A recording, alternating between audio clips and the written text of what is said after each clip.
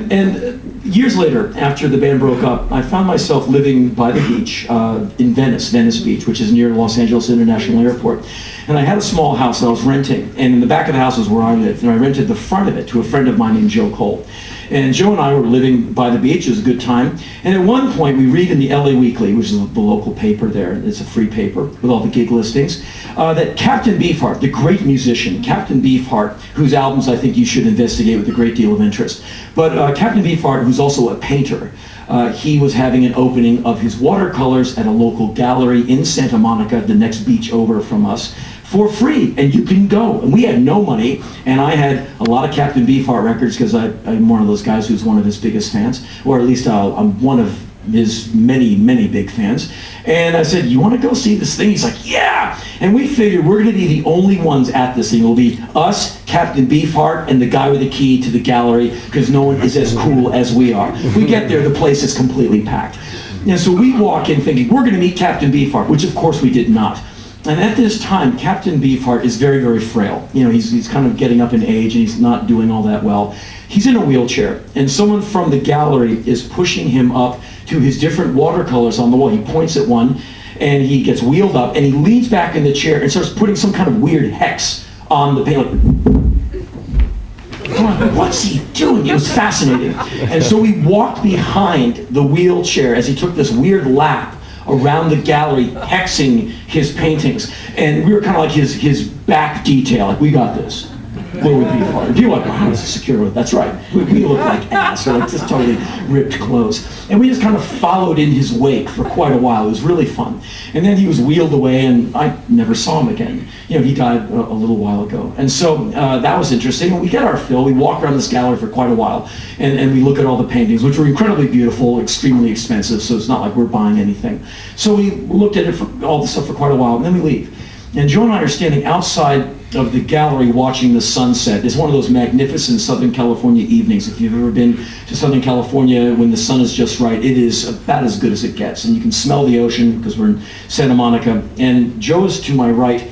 I'm standing here, and to my left is an amazing Irish woman who taught me everything I know about radio. She passed away years ago, and I miss her to this day. Her name was Deirdre O'Donoghue, and she had a great show on a station called KCRW. And I would go in the 80s with her to her show and just kind of watch her do radio and watch how she would mix up the songs and keep the listeners. And now I have a job at that station, and now I sit where she used to sit, where she taught me all those years ago. And it's a nice thing to kind of be in that spot. Anyway, Deirdre's standing next to me. Standing next to Deirdre is some guy, apparently he's an artist, a cartoonist. That's not a put down. Apparently he's a graphic artist. His name is Matt Groening, and he has a show, it's called The Simpsons. I'm told it's delightful.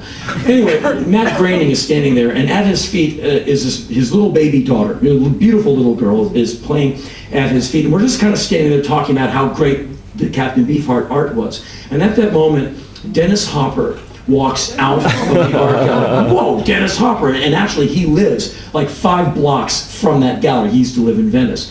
And so I'm like, wow, it's Dennis Hopper. He's walking towards this beautiful Porsche Turbo, as I remember. And Joe Cole, who is very laconic, he was not a man of many words or facial expressions. He just went, go for some spoken word, which means make an ass of yourself and create some havoc. And he wants me to basically mess with Dennis Hopper, and I really don't want to. I mean, everything's going so well, the sun is setting, we're hanging out with nice people, and Joe wants me to get all uncivilized, but it's a dare. And when you're young and stupid, you're just like, okay. And so I'm like, I'm trying to get out of it. What do you mean? He's like, you know, do your asshole thing. And he got me pegged.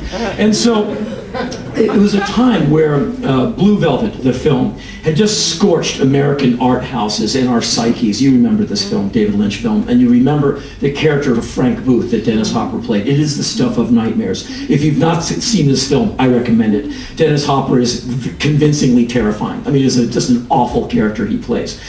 I had to think fast. Joe wants me to go for some spoken word. Dennis Hopper is walking away. And so I figured that Dennis Hopper has never, ever had anyone recreate or reenact any scene from Blue Velvet while he's checking into a hotel or crammed into the back of an airplane or stuck in a long elevator ride. I'm sure no one's ever come and said, okay, check this out.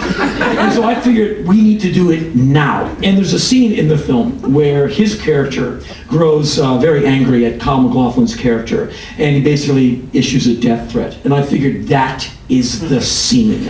And so I'm warning you in advance, this next moment contains a bit of profanity.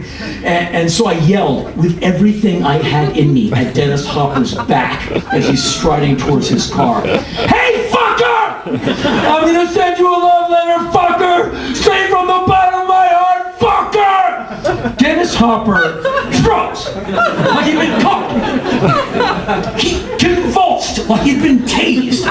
He turned around to see me, and I'm still in the moment, as they say, leaning into it, neck muscles wide like a cobra, that vein pulsating madly in a diagonal line across my forehead, eyes bugging out, mouth open, already dried white flecks of spit in the corners of my mouth.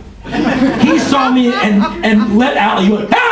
And ran. He broke into a run, jumped into his car like Batman or Steve McQueen, and tore out of the parking lot. And we just stood, it was amazing.